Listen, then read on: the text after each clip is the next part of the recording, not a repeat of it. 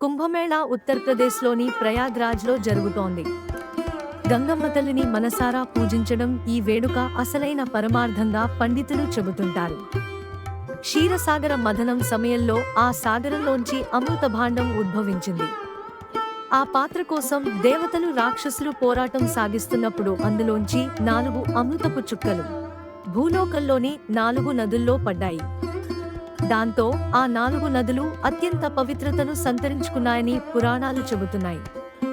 హరిద్వార్లోని గంగా, ఉజ్జయినిలోని సిప్రా, నాసిక్లోని గోదావరి, ప్రయాగ్రాజ్లోని త్రివేణి సంగమంలో అమృత చుక్కలు పడ్డాయని చెబుతారు. ఈ కారణంగా నదుల్లోని నీళ్లు కొన్ని సమయాల్లో అమృత తత్వాన్ని సంతరించుకున్నాయని చెబుతుంటారు. మహాకుంభమేళా 12 ఏళ్లకోసారి వస్తుంది. మహాకుంభమేళాను మాత్రం దేవతల గురువైన బృహస్పతి కదలికల్ని బట్టి నిర్ణయిస్తారు. ఈ సమయంలో ఆ నదుల్లో స్నానం చేయడం వల్ల ఆయురారోగ్యాలు సిద్ధిస్తాయని, చేసిన పాపాలు తొలగిపోతాయని భక్తుల విశ్వాసం.